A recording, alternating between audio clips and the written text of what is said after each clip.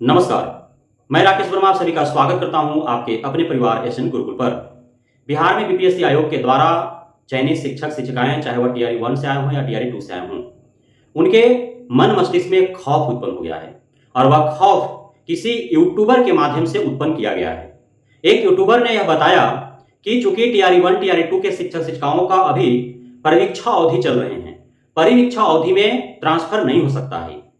अब सर्वप्रथम तो जो टीआरई 1 टीआरई 2 के शिक्षक शिक्षिकाएं हैं, उन्हें यह ही ज्ञात नहीं है कि आखिर परिवीक्षा अवधि कितने दिनों का है, 1 वर्ष का है, 2 वर्ष का है, 3 वर्ष का है, और क्या यह सच में टीआरई 1 2 के शिक्षक शिक्षिकाओं का परिवीक्षा अवधि में उनका हस्तांतरण नहीं हो पाएगा। कहां तक आखिर इसमें सच्चाई है, तो आइए दोनों बातों पर हम चर्चा करेंगे और बेहद ही तथ्यात्मक तरीके से साक्ष्य सहित मैं आप सभी के सामने पेश करूंगा कि आखिर सच्चाई क्या है। सर्वप्रथम यदि हम आप सभी के समक्ष यह क्लैरिटी लाएं, परिवीक्षा अवधि के अंतराल में आप सभी का स्थानांतरण होगा अथवा नहीं, तबादले आपका होंगे अथवा नहीं, तो आप बिल्कुल ही 100% कन्फर्म रहे कि परिवीक्षा अवधि के दरमियान भी आपका ट्रांसफर हो सकता है, आपको स्थानांतरण मिल सकते हैं, आपकी तबादला हो सकते हैं। इसमें कहीं कोई रुकावट नहीं है और इस हेतु शिक्षा विभाग का प्रयास भी चल रहा है। रिपोर्ट शिक्षा विभाग तक पहुंच चुके हैं। शिक्षा विभाग जल्द ही इस पर अन्य कागजी कार्रवाई कर प्रक्रिया में ये ला देगी। इस शिक्षा कोष पोर्टल के माध्यम से जिन्हें भी ट्रांसफर चाहिए होगा वे आवेदन करेंगे और उन्हें ट्रांसफर की लाभ मिल पाएगी। आप सभी को आखिर कैसे भरोसा होगा कि मैं जो कह रहा हूं वो सत्य है, तो आप अभी तुरंत वीडियो देखते देखते आप जिस भी फाइल में या मोबाइल में अपॉइंटमेंट लेटर जो आपको मिला था वो आप निकालें। निकालने के बाद उसका अंतिम जो पॉइंट है, छठा सतवां, उस पर आप नजरें गड़ाएं। वहां पे आपको लिखा हुआ मिलेगा कि परिवीक्षा अवधि के अंतराल में भी आप जिस जिला में है उस जिला में कहीं भी या राज्य के किसी भी अन्य जिला में आपका कहीं भी ट्रांसफर हो सकता है। देख लीजिए, आपका अपॉइंटमेंट लेटर में लिखा हुआ है। जब अपॉइंटमेंट लेटर में लिखा हुआ है तो फिर कहां से यह आड़े आ रहा है कि परिवीक्षा अवधि में आपका ट्रांसफर नहीं हो पाएगा। तो आप 100% कंफर्म रहे कि परिवीक्षा अवधि में आप बीपीएससी शिक्षक शिक्षिकाओं का ट्रांसफर होगा होगा होगा और बहुत दिनों तक आपको इंतजार करने की आवश्यकता नहीं है। बहुत शीघ्र ही प्रक्रिया आरंभ की जाएगी, लेकिन थोड़ा धैर्य रखने की आवश्यकता है क्योंकि रिमोट सिस्टम तो है नहीं। अब 5,59,000 शिक्षक शिक्षिकाओं के हित का ख्याल रखते हुए और नई ट्रांसफर पोस्टिंग नीति बनाने हैं और उसका अनुकरण करना है, तो इसमें थोड़ा लेट लतीफ हो रहे हैं। अब जो भी आपका पीरियड ऑफ टाइम बताए गए थे वह शिक्षा विभाग के द्वारा आपको नहीं बताए गए थे कि 10 जुलाई तक हो जाएंगे कि 10 अगस्त तक हो जाएंगे। वह जो भी पीरियड ऑफ टाइम बताए जा रहे हैं वह विभिन्न न्यूज चैनलों के माध्यम से, यूट्यूबों के माध्यम से बताया गया है।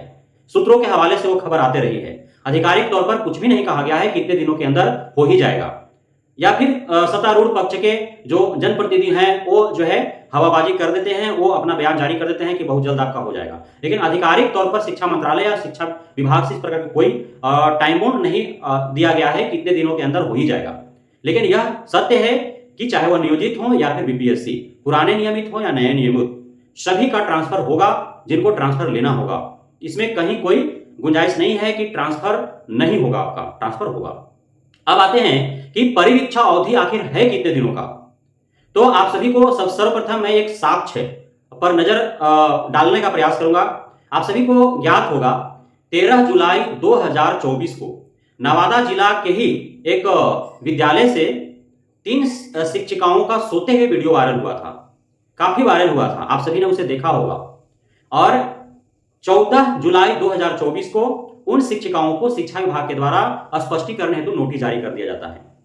15 जुलाई 2024 को वहां पे जांच के लिए अधिकारी जाते हैं तो ऐसा पाया जाता है कि कक्षाओं का संचालन सही ढंग से नहीं होता है।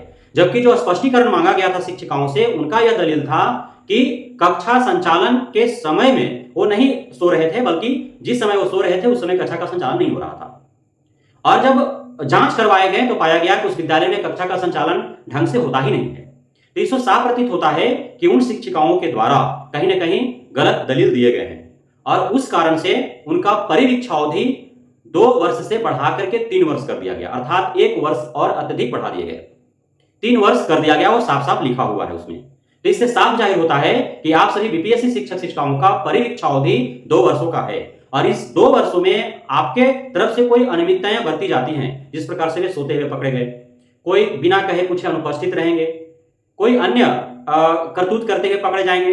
यानी कि कहीं से भी शिक्षा विभाग को यह लगेगा कि आप परिवीक्षा अवधि में हैं और आप अनुशासनहीनता दिखा रहे हैं, आप लापरवाही बरत रहे हैं, आप आला अधिकारियों के दिए दिशा निर्देशों का अक्षरशः पालन नहीं कर पा रहे हैं, आप समयावधि का पालन नहीं कर पा रहे हैं, आप क्लास नहीं ले रहे हैं, विद्यालय में जाकर के आप बर्ताव नहीं सही से कर रहे हैं, तो फिर इसकी शिकायतें जब शिक्षा विभाग तक पहुंचेगी तो उसके एवज में आपको 1 वर्ष के लिए और परीक्षा अवधि बढ़ा दिया जाएगा, जैसे कि नवादा के उन 3 शिक्षिकाओं का बढ़ाया गया।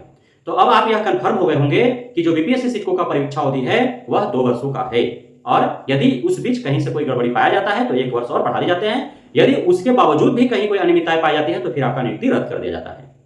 तो 2 बात कंफर्म हो गए, परिवीक्षा अवधि बीपीएससी शिक्षकों का 2 वर्षों का है और इस परिवीक्षा अवधि में भी आपका ट्रांसफर होंगे, यह आपका अपॉइंटमेंट लेटर में लिखा हुआ है।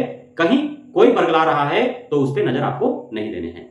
बहुत बहुत धन्यवाद आप सभी साथियों का हमारे साथ जुड़े रहने के लिए, बढ़ने के लिए, मिलता प्यार देने के लिए, अपने भरोसा बनाए रखने के लिए।